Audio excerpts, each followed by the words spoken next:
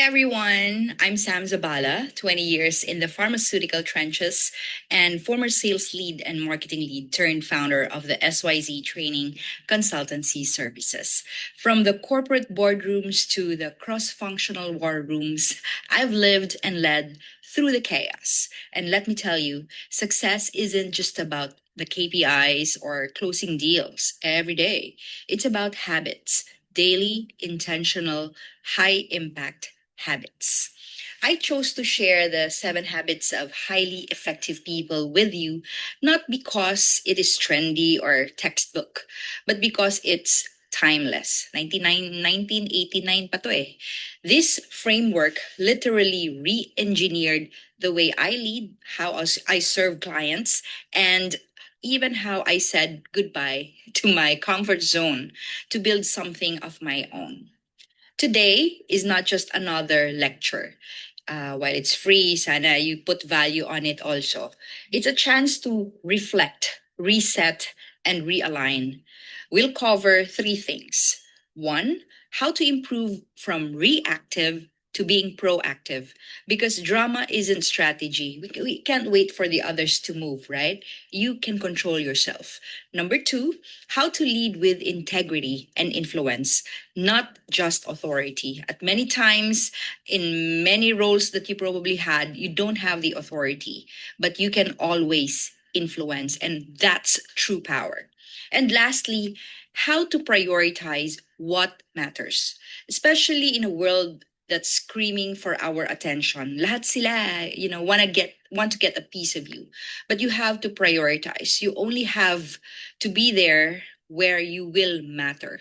Okay? So, my goal is this, that you really walk away today not just knowing the 7 habits, hindi natin kailangan i-memorize, but already leaving one or two of them. Because trust me, when you begin with the end in mind, life doesn't just change, you do. So, take notes, take it seriously, okay?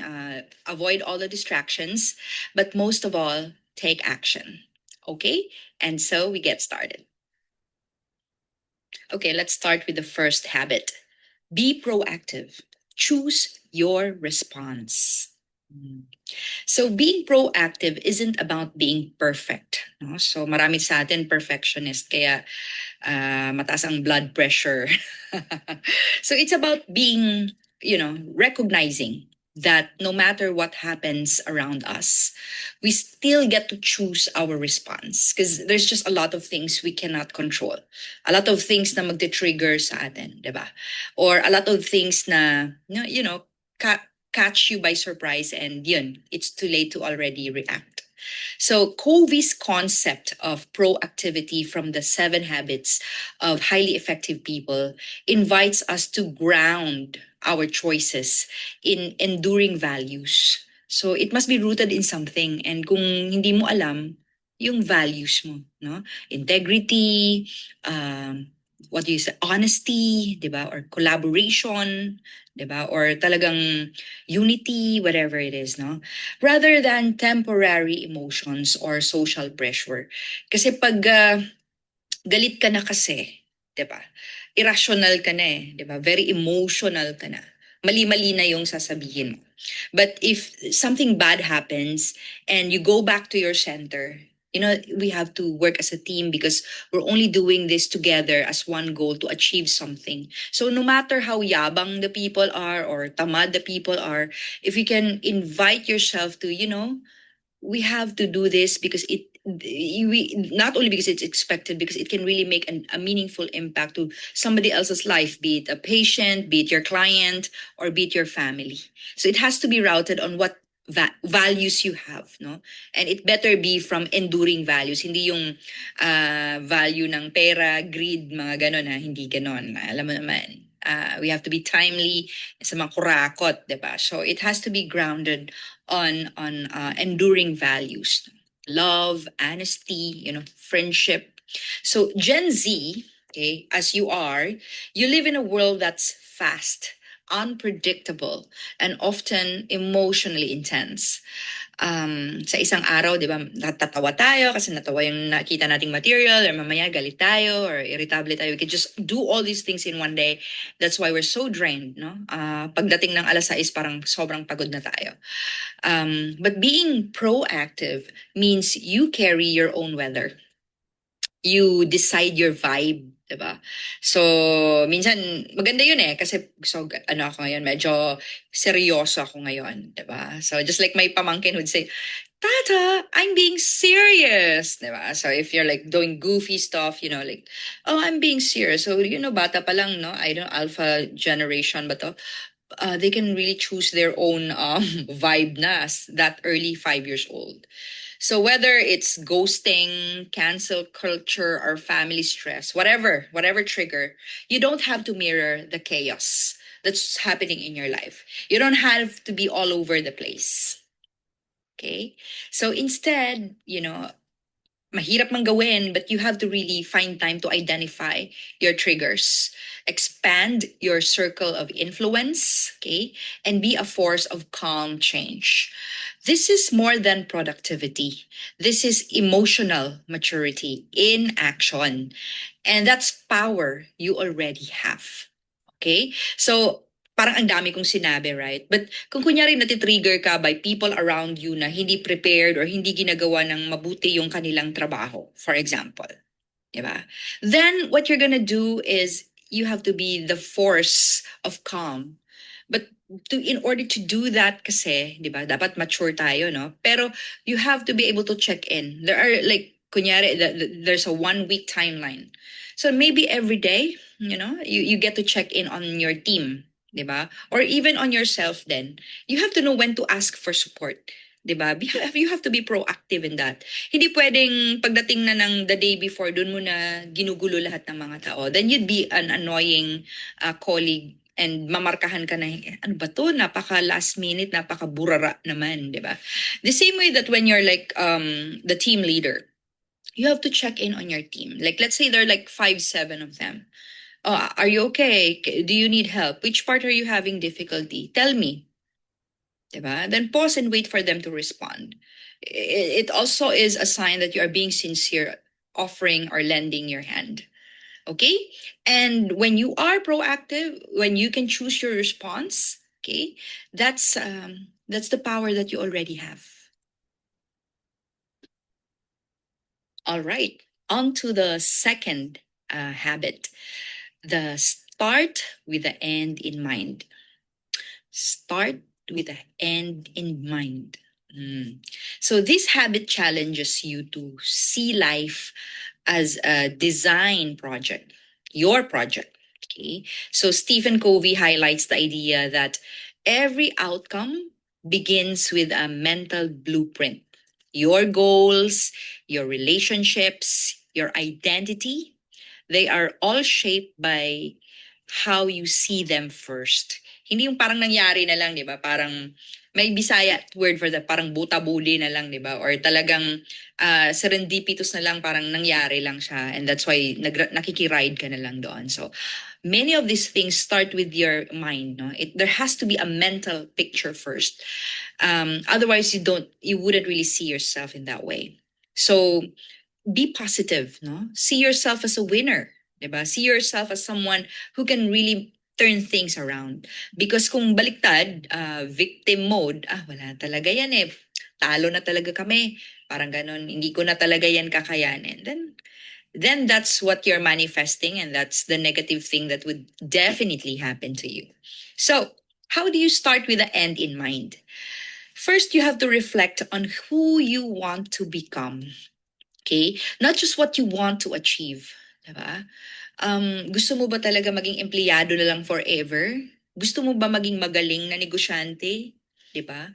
So write it down. Visualize it. Diba? So gusto ko maging magaling na negosyante, and I want to be leading a chamber of commerce so that I'd be able to make meaningful differences, especially for the young entrepreneurs. Diba? Kung yan yung gusto mo, then tattoo it in your brain if needed. And ima-manifest mo yan in your actions. No? And you form daily habits to be able to achieve those things.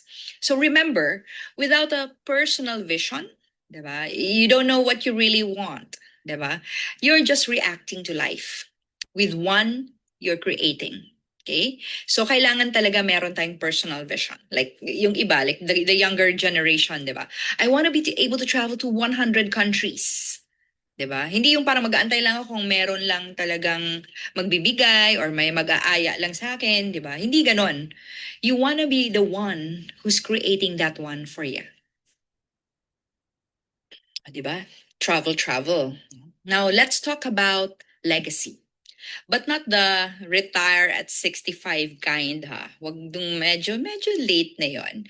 We're talking about the ripple you create with your presence and choices every day. Stephen Covey's second habit actually invites us to live with the end in mind by designing our lives towards a purpose, no? Not pressure. Again, towards a purpose, okay? Not pressure. Gen Zs, they already are rewriting what success look like. That's your superpower. You have to be able to craft a mission statement.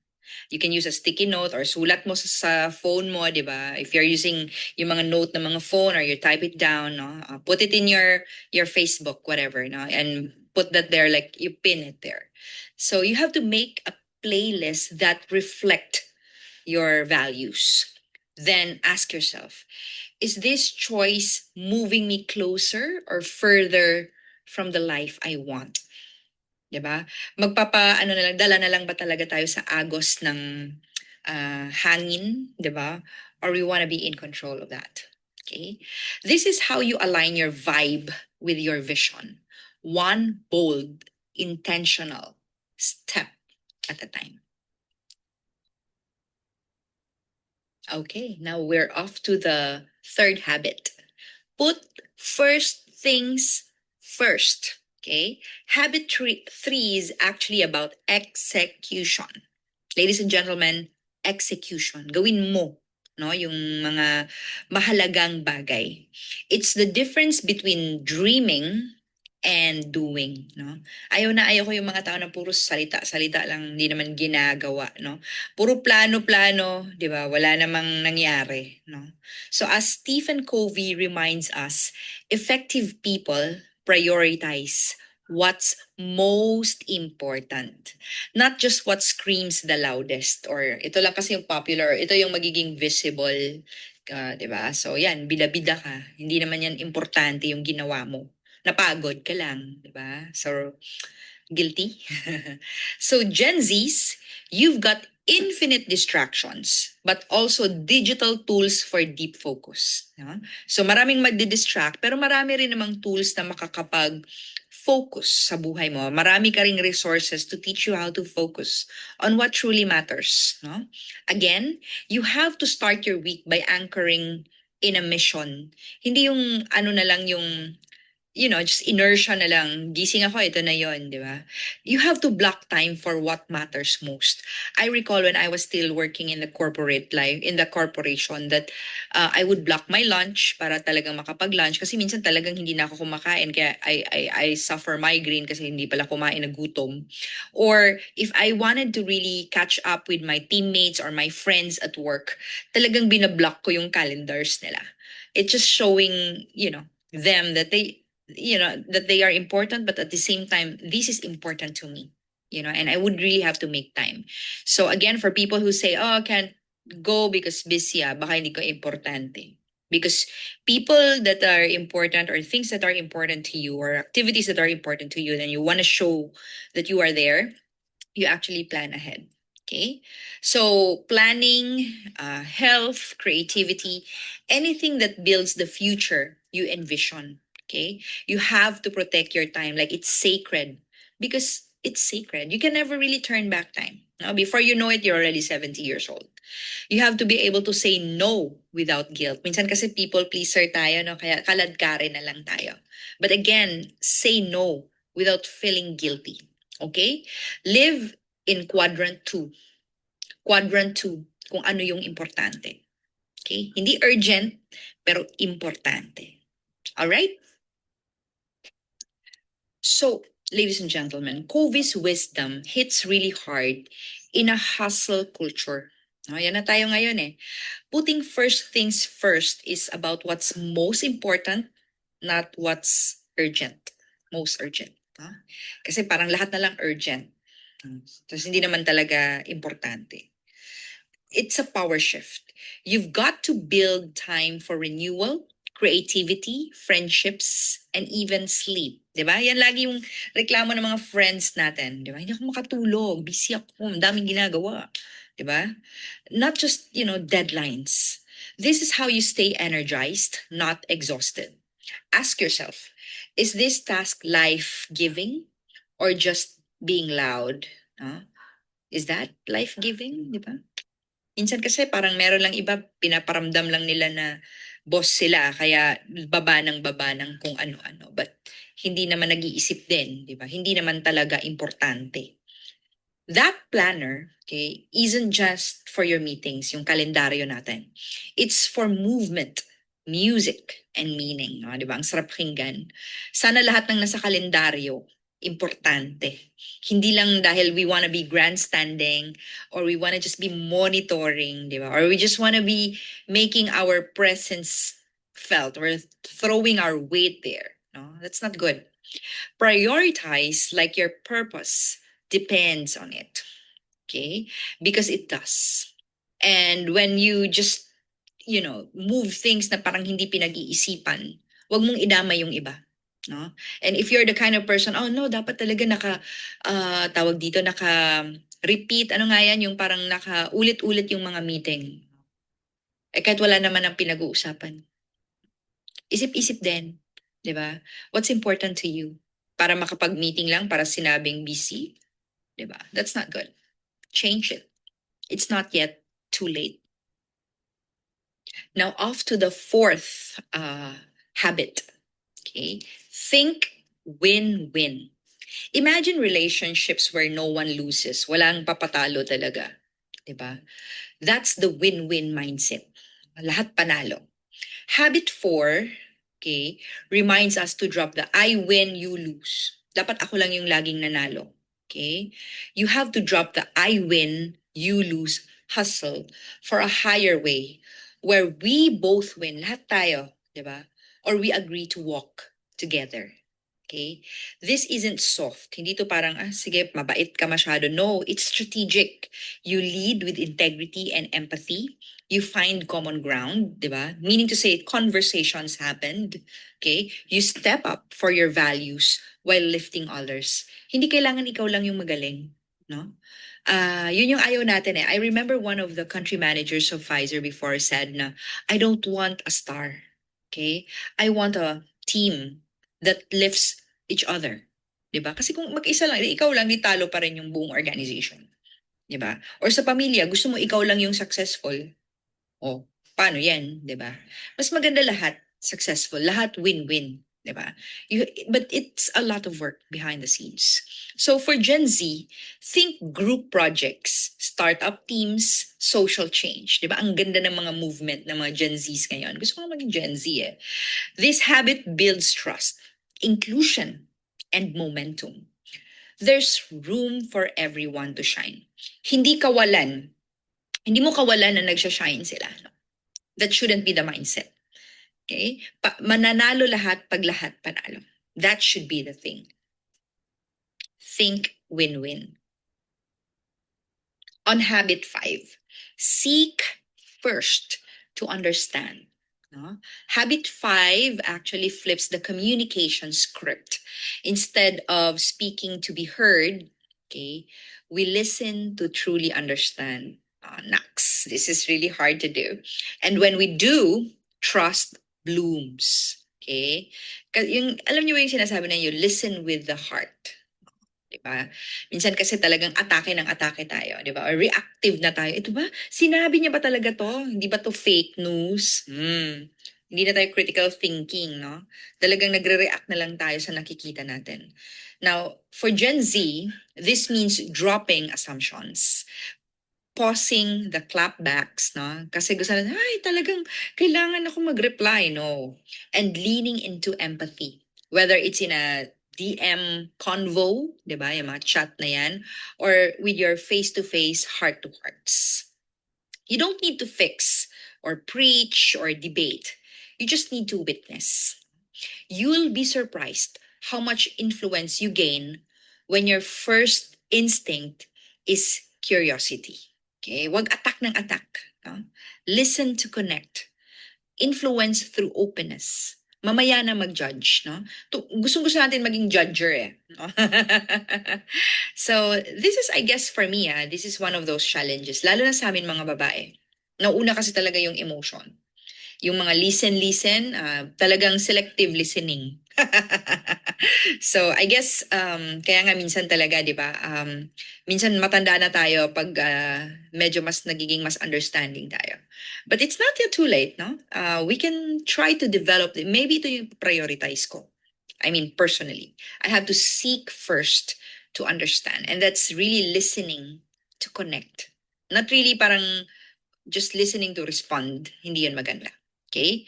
So it's really about understanding the heart behind them. Bakit niya to sinasabi? Diba? Hindi yung gina-judge mo na sa, may galit ka ba sa akin? No, hindi ganun. You have to also try to sort of like improve your empathy ba? Okay? By listening closely. Seeking first to understand before reacting, attacking. Diba? Nag-aantay na tayo mag-clap back agad. Diba? Fake news pala yun. Okay? So, when you seek to understand first, you own your voice, okay? And that becomes more powerful. The habit 5 ni Stephen Covey isn't just about being silent. It's about speaking from a deeper place of clarity and respect. For Gen Z leaders, this is how you create space for hard conversations, boundary setting, or your advocacy. Let your words be mirrors of your principles, not echoes of your emotions.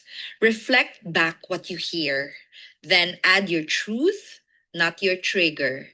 That's how real dialogue begins. Wag scene mode, what parang puro emoji, no? Try to communicate, no? Speak from integrity. Because once nakinig ka naman mabuti, no, inuna mo naman yung pag, you put the person first naman, hindi yung emosyon mo na medyo clouded na rin ng maraming galit or biases, no? You can speak clearly from your values, not just from your emotions. No? And I guess that's how you build trust through consistency when your words and actions align. 'Di ba? Mahirap kasi na conflicted ka pa inside of you eh. Na parang sinasabi mo, hindi ka naman talaga sincere. 'Di ba? But when you try to seek first to understand, I would bet that the words that come out of your mouth is also reflective of what's in your heart. And that way, no, when you actually practice reflective communication, it echoes, no, it builds bridges, no, it extends a hand, no, it clears the way rather than palalim ng palalim yung gap ninyo. Hanggat na hindi na kayo nag-uusap, 'di ba? So, I guess especially in a working environment, it's very critical, no, that once we actually try this habit, seeking first to understand, we can speak with clarity. Hindi na yung maraming palabok, paligoy-ligoy pa, 'di ba? Or masyadong maraming tawag dito mga hindi straight to the point, no? And hindi coming from the place of understanding, no, but a place where you create more rift, you create more conflict, no? So then you're not resolving anything. Now on to the 6th habit, synergize. It's the 1 plus 1 equals 3, no? Synergy isn't just teamwork, it's next level collaboration. Habit 6 teaches that the greatest ideas are born when we bring different minds, even different personalities, different backgrounds, different skills, different vibes together. In a Gen Z context, this is your group project glow up, your community building tool, your innovation accelerator. You don't have to agree on everything. You just have to listen, learn, and build something new. So we could see this all over the place, no, sa internet, from TikTok collabs to activism coalitions. Ang dami talaga, iba-ibang, very, very inclusive, very, very innovative. Synergy is your edge, Gen Z. So you seek the third alternative. You always create something new, something bold. So again, with Synergize, you don't blend in, you combine boldly, and it's so beautiful. Furthermore, on synergy, synergy isn't just a buzzwords, ladies and gentlemen. It's the moment, the brainstorm where ideas explode. It's when the group text, it's just an ordinary group text that turns into a movement. No? It sparks something. That feeling that you created something better together as a team, no? As a group, na iba-iba naman kayo, no? Than you could ever do by yourself. Stephen Covey's Habit 6 actually invites Gen Z to bring your full, messy, brilliant self to the table and invite others to do the same. Instead of competing, no, competition, diba? There's like cooperation. It's when your ideas, your full selves collide in the best way there is. Differences become fuel, not friction. No? And it's really embracing one another and making something of that. No? And this is how revolutions start, to create what can't exist without collective genius. There's really beauty in diversity. And of course, our last but not the least, seventh habit. Okay. Sharpen the saw. Sharpen the saw. Habit 7 is your reset button. In a world that glorifies burnout, sharpen the saw is revolutionary. Covey says your greatest asset isn't your time or talent, it's you. Gen Z is your permission slip to unplug, breathe, move, rest, and reflect. Whether maybe it's yoga at dawn or journaling under stars or vibing to music that heals or me traveling like 4 times a year, you do you if that's how you reset. When you renew intentionally, you don't just feel better, you lead better, love better, and live better. Sustainability starts from within. So you just have to figure out how to do it, how you're going to sharpen your saw. Again, this is a gentle reminder, you are your biggest asset. Okay? You have to make time to pause, to self care, okay? Or maybe move out from a toxic environment, and you have to find your balance. Okay? You have to find how you can be truly effective, how you could be in harmony with your physical, your mental, emotional dimensions. And you have to be able to have the power to sharpen the saw. Okay, so we're down to my second to the last slide. This presentation isn't just a self-help checklist, no? The 7 habits of highly effective people. The 7 habits are a blueprint for becoming a force for good in your world. No? When you integrate these principles, you don't just act effective, you become effective. This final slide is your reminder, you are the habit. You are the message. Everything from your TikTok, Facebook, Instagram contents to your late night convos becomes part of your legacy. So, Stephen Covey, let's thank the great Stephen Covey who gave us this wonderful framework. You bring it to life, you bring it to life with purpose, with clarity, and with heart. Now go lead from within. Thank you, ladies and gentlemen, and I leave you with my quote, habits make the leader. Not titles, not talent, just straight up grown up choices. Have a good day.